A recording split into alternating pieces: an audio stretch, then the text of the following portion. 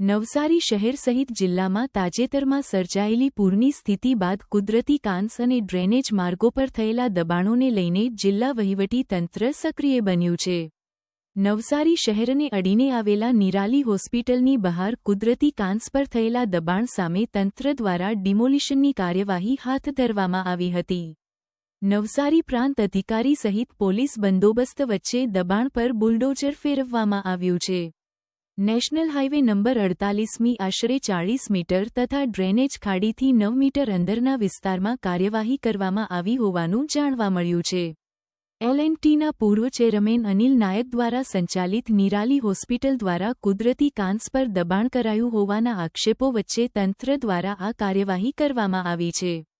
ઉલ્લેખનીય છે કે વડાપ્રધાન નરેન્દ્ર મોદી અને ઉપરાષ્ટ્રપતિ દ્વારા નિરાલી હોસ્પિટલનું ખાતમુહૂર્ત અને લોકાર્પણ કરવામાં આવ્યું હતું. હવે તાજેતરની પૂરની સ્થિતિ બાદ કાંસ અને ડ્રેનેજના કુદરતી પ્રવાહમાં થયેલા દબાણોને લઈને તંત્ર દ્વારા કડક કાર્યવાહી શરૂ કરવામાં આવી છે.